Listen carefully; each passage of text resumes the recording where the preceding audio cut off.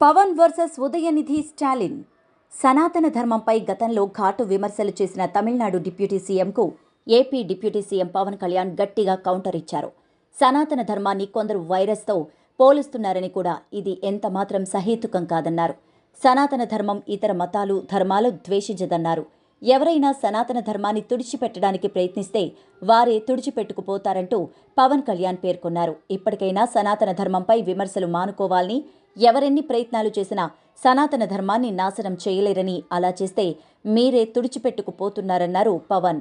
తిరుపతి బాలాజీ పాదాల చెంత నుంచి చెబుతున్నా అంటూ పవన్ కళ్యాణ్ తీవ్ర స్వరంతో తన ప్రసంగంలో పవన్ డీఎంకే పార్టీ పేరును, ఆ పార్టీ నాయకుల పేర్లను ప్రస్తావించినప్పటికీ ఆ పార్టీ నేతలు పవన్ వ్యాఖ్యలపై స్పందించారు.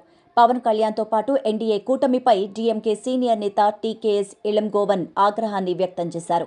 సనాతన ధర్మం గురించి మాట్లాడేవారు సార్వత్రిక ఎన్నికల్లో తమిళనాడు నుంచి తుడిచిపెట్టుకుపోయారని, డీఎంకే క్లీన్ స్వీప్ చేసిందన్నారు. బీజేపీ ఒక్క సీటును గెలుచుకోలేదన్నారు. సనాతన ధర్మంపై ఆంధ్రప్రదేశ్ డిప్యూటీ సీఎం చేసిన వ్యాఖ్యలు ప్రస్తుతం దేశవ్యాప్తంగా దుమారాన్ని రేపుతున్నాయి.